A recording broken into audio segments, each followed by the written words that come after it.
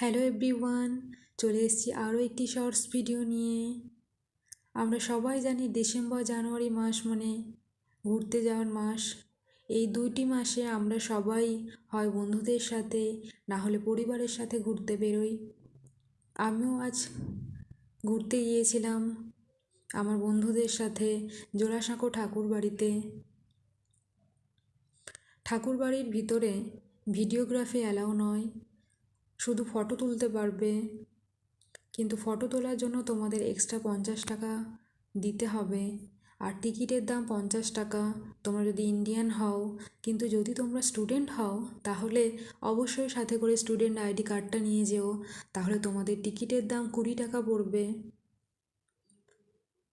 আমি এখানে কিছু ছোট ছোট ফটো তুলেছিলাম ঠাকুরবাড়ি, সেগুলো তোমাদের সাথে শেয়ার করছি।